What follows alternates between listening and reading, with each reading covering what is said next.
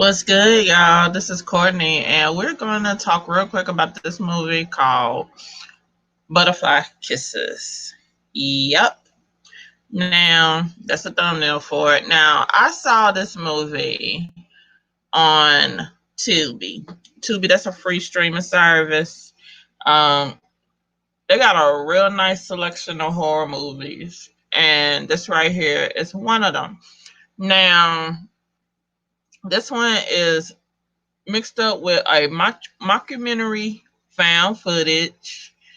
We all know how we feel about found footage. That's a dead horse being beat to dust. Um, the thing about it though, this is actually good. This is actually a good movie, y'all. It's really good. I was surprised. I wasn't expecting that. Now, I ain't gonna lie, the title kind of put me off a little bit. Kind of like butterfly kisses. What is that? Okay, so what? It's like somewhat similar to the butterfly effect. You know what I'm saying? So I was looking kind of crazy, but this is what the movie is based off of. Let me. Now I had it pulled up. Okay, so a filmmaker discovers a box of videotapes depicting a disturbing student film project about an urban legend known as Peeping Tom.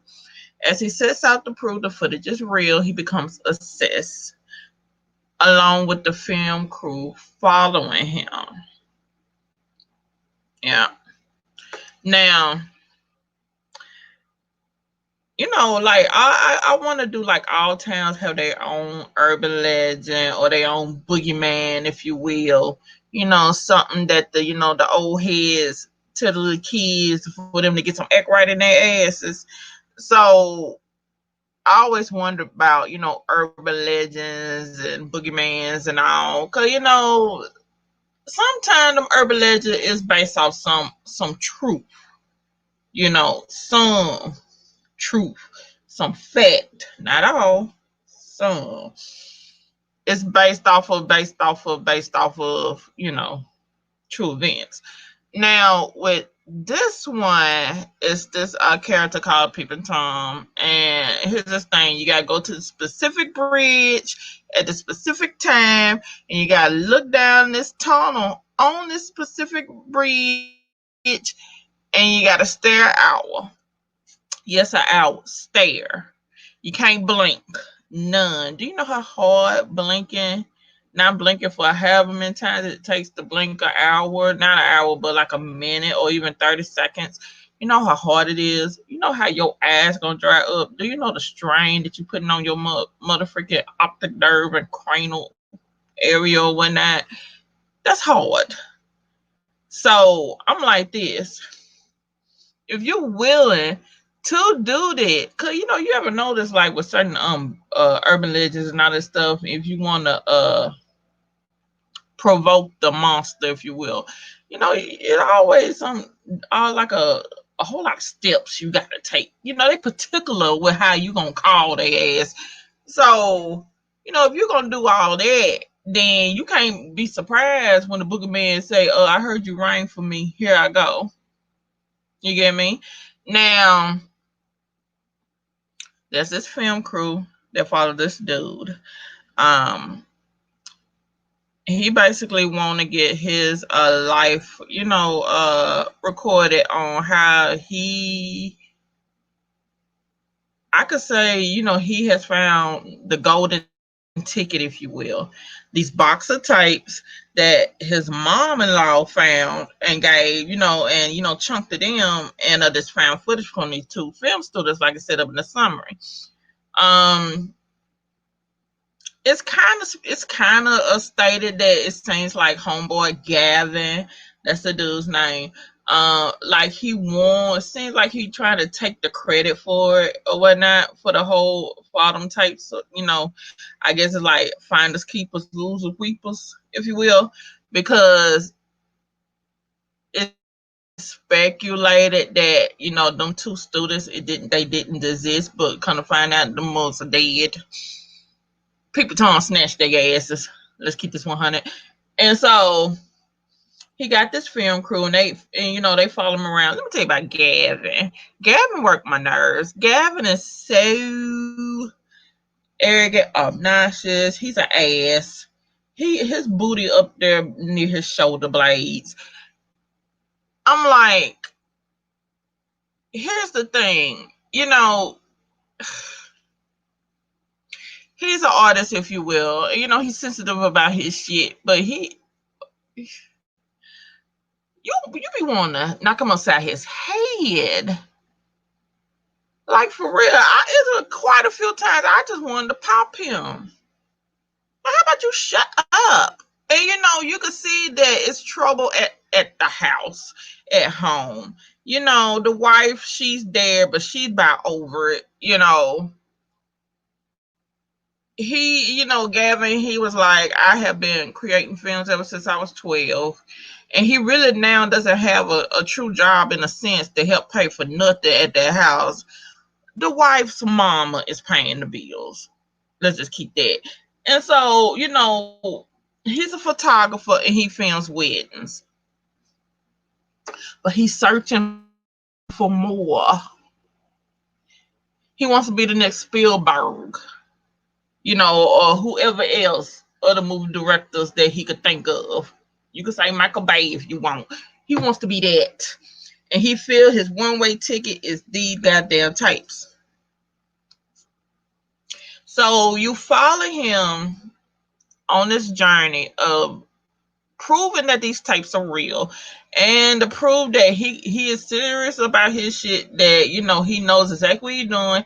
Anybody who is of standing, anybody who is like a professional in their craft, whether it be a writer, because he clowned a writer, where be he goes up front of this room full of all these paranormal investigators and basically read their ass for filth, all because they didn't believe him, and he started clowning them about the orbs. And I ain't gonna lie, that shit was funny. That shit was funny. I ain't gonna lie, cause I chuckled real hard about them orbs and shit. He's like, y'all put more credence in some orbs, and here, I got the goddamn boogeyman right there, right in front of your face and all that stuff. But here's the thing. You can't fault the paranormal investigators for being side-eyed and should not believe in his ass. You know what I'm saying? I'm quite sure they done had plenty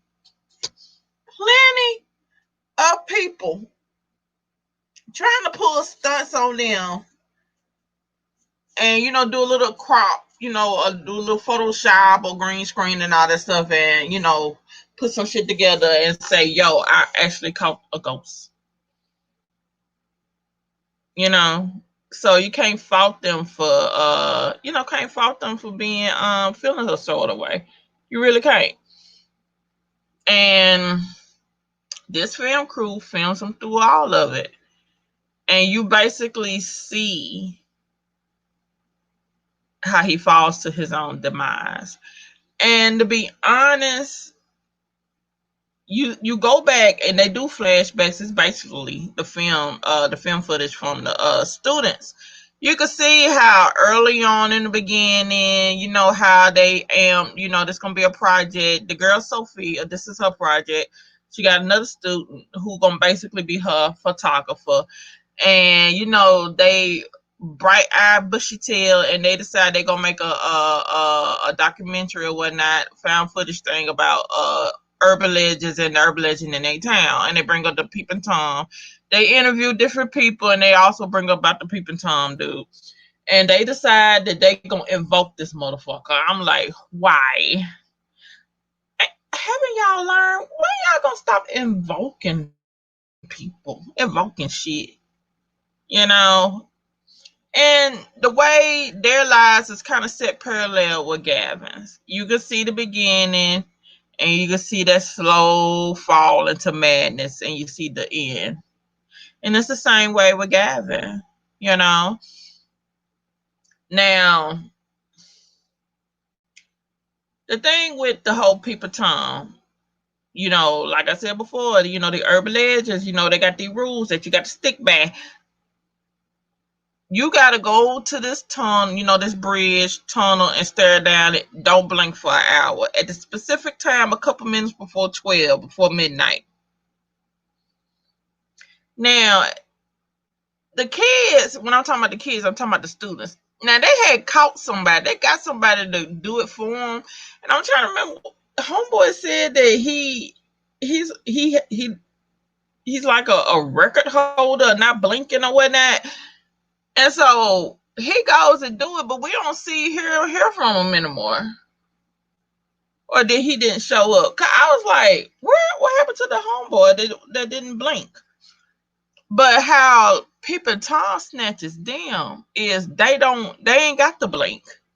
The camera caught footage of him rising up from the darkness at the other end of that tunnel. So they ain't have to not stare for an hour down that tunnel. The camera did it for them. And so in the loophole of his motherfucking contract of the supernatural shit, y'all stared at me for an hour. So guess what?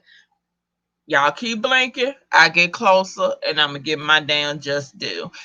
And that's what happened. Every time them kids cut on the camera, film, you see Peeping Tom getting closer. And the first person who catches it is the photographer. And he just goes down this dark path of insanity, and it's sad how he go. It's sad how he went. You know, Peeping Tom snatched his ass. And with the daughter, with the not the daughter, with Sophia, she went down that path too. You know, but her thing was that she thought she found a loophole. I can't blink if I don't have no eyes, bitch. And she gonna jank out her eyes, stab out her eyes. And we see at the end she at some facility. Now with Gavin. Gavin butts heads with everybody. He butts heads with the paranormal, paranormal researchers. There was a writer that the kids interviewed. So you see, he's kind of like following the steps of the kids. You know what I'm saying? But if you don't say what he want to hear, and at all, you could have a look at a kernel of doubt. He's over it. You ain't shit. You ain't what you claim you is, and all that stuff, yada yada yada yada. He's an ass. And throughout this, I just want to pop him. I want to knock him upside his head. He irked my nerves. And there's that arrogance, the arrogance of his that basically had him lose everything. The wife, motherfucker, took the kid, chunked the deuces, especially when she went to go check in that special account they had, and all the money gone. Cause all the money he used to basically to make the film. Now, man, you earlier in the film, the wife talking about I killed these shoes. And I'm like, girl, you best to call your mama. Because that's who been taking care of y'all for this song. Better call your mama. So there's that. And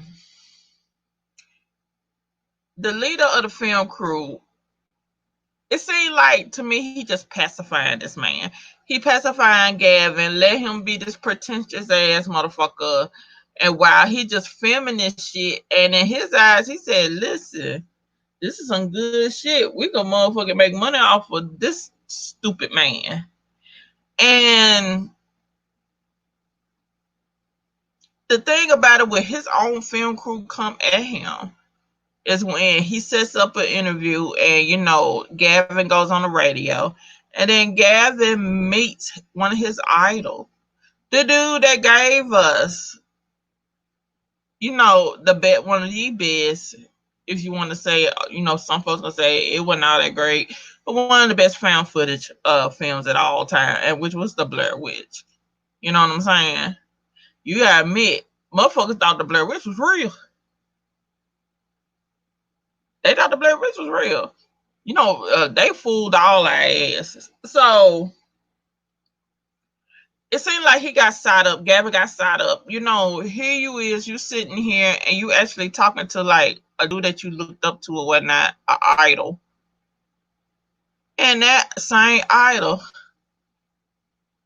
reads you for fifth and calls you trash. And you could just basically see that just broke his spirit. It did. And then, the wife leaving him and that broke it some more. And then, Gavin was like, listen, I'm done. Now, sometime later, Gavin calls the film crew back, and he's at that same bridge where them kids was on, looking down that tunnel.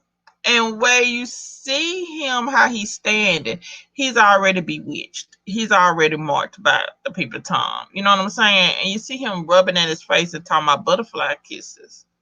And there was something about what they were saying about the Peeping Tom, he get to you and all that stuff. You can tell him getting closer when he's really about to get your ass or whatnot. And when you go to a baby and all that stuff, you do with your lashes and all that stuff, and be like almost like butterfly kisses, something along them lines. I was like, what? Is that the explanation you're trying to give? Okay, so that mess, and the film crew, they go out to the side and say, look what you done did. This your fault. You fucked this man over. He done lost everything. Now he crazy. Head dude of the film crew like, nope. That ain't my goddamn fault. I ain't did nothing. That is not my responsibility. Yeah. And so they hear running and they run back. He's gone. And he done took the camera with him. They're like, what? Like, shit, we done lost the dude. They get another phone call. And they go to the hotel. And they look, this is the hotel that Gabby been in for a minute. And they don't see him, but they see cameras, they see all that stuff, and they looking through the stuff, see if they see, in the tapes or whatnot. One of the cameras, one of the I guess SD cards or whatnot is not in it. And so they're like, what is on them cards? And so the sound guy, he goes and opens the bathroom and said, oh fuck no, turn around and haul ass runs out that room. And then they go see and they find Gavin. They find his dead body in the tub. Listen, there's shit everywhere. Eyes glazed over and all that stuff. And basically, paramedics with the autopsy say he had died of heart failure. But we know what it was. Peeping Tom went and snatched his ass. It snatched his ass. So as we see, he went down that long dark tunnel of demise, lost everything, even his own life, because he was gonna be one of the greatest film creators of all time, and ain't nobody gonna know of him, And you had to think of it as almost like a cycle with this, He found, he got them tapes. He started, working on something with them tapes, the film crew, yada, yada, yada. Now, the film crew got all that footage. You can't tell me that them film crew ain't gonna go back to that bridge and try to invoke the Peeping Tom. And so it's gonna be another cycle over and over again. That's what it feels like to me. I ain't gonna lie. I kind of hope they do I really hope they do a part 2. Cause I want to see what happens with the film crew and all that. Butterfly Kisses. It's an indie, indie horror film, and they did it good. They did it right. I enjoyed it. I really did. I enjoyed it. Now with the jump scares, they had one main one, if you will. That's when the Peeping Tom came and got the male film student, snatched his ass.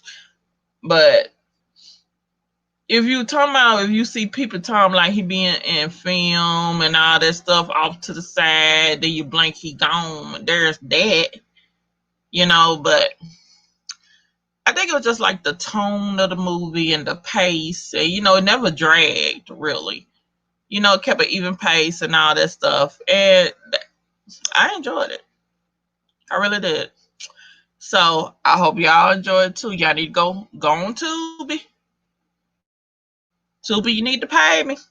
I'm plugging you. But go there, watch it, and go check out their other selections. They got all kind of movies on there. But yeah, but I mainly go on there for their horror. But yeah, it was good, y'all. It was straight.